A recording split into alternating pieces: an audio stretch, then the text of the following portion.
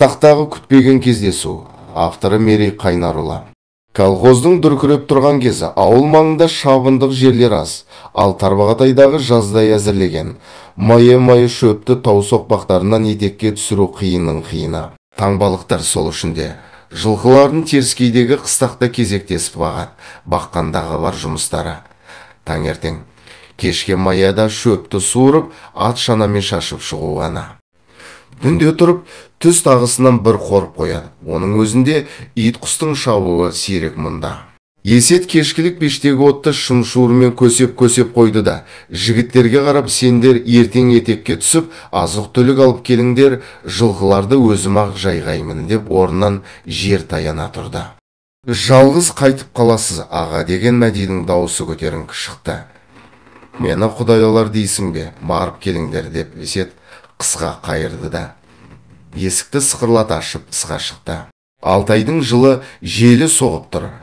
Желмен теңселген анау қабаның бойындағы самырсындардың сыбыры ғана өлі тыныштықты бұза. Ертесінде екі жігіт түстік жердегі ауылдарына аттанды. Ақтөсте арсалаңдап, аттылардың ар жақ бер жағына шығып ұзап барады. Есет жылқыларды шашпа қорадан шығарып суатқа қарай бағыттаған. Содан кейін иек астындағы маядан шөп суырып, атшанамен шашпа қораға дейін алып келуі шықты. Күнделікті ере шығатын жабағы иті де ауылға түсіп кеткен. Шананы маяға қарай жақындатып, істік темірмен шөп суыруға кірісті. Бір кезде желке тұсында әлдекім тұрғандай көрінді. Бұрылып қарауға жүрексінді. Әй, мырақтап аттал түсте, үрейлен не көрін деген оймен ақырын ғана көз қиығын салды. Қобыжық па немене анау тұрған, үсті басын түк басқан еңгезердей адам, сабалақ жүндері бурыл тартқан. Есет көз қиығын салған күйі сіресті де қалды. Енді біраз тұрса, папа бас салайын деп тұрғандай жабайы неме, не де болса қолындағы темірді тастай салып, жанталаса атына мінді де қоныстарына қарай шу-шулеп шаба жөнелді.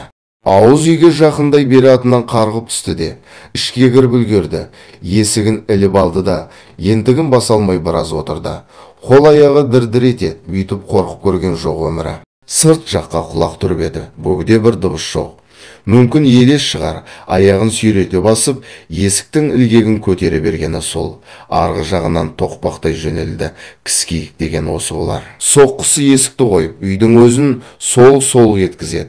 Әй, бірақ қараға есік оңайлықпен қирай қоймайды деп өзін жұбатты іштей. Тілін кәлимаға келтіріп, Құдайға сиынды. Қолынан келер басқа қайран жоқ. Қара адамы ауыз үйді айналып жүріп алды. Есет от тұтатты да бәксін алып, төбеде қыстырылып тұрған қайың сапты ұштауға кірісті. Аяқасты кіріп келсе, түйрей салмақшы. Әр ойдың басын бір шалып отырып, қалай қараңғы түскенінде аңғармады.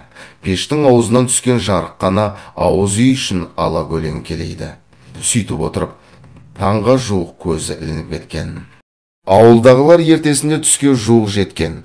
Есет көргенін айтып, ауыз үйдің айналасындағы алып іздерді көрсеткенде, ана екеуі де аттарын қайта ерттеуге кірістірі. Әңгіменің соңы. Егер әңгіме ұнаса лайк басып арнаға тіркелеміз.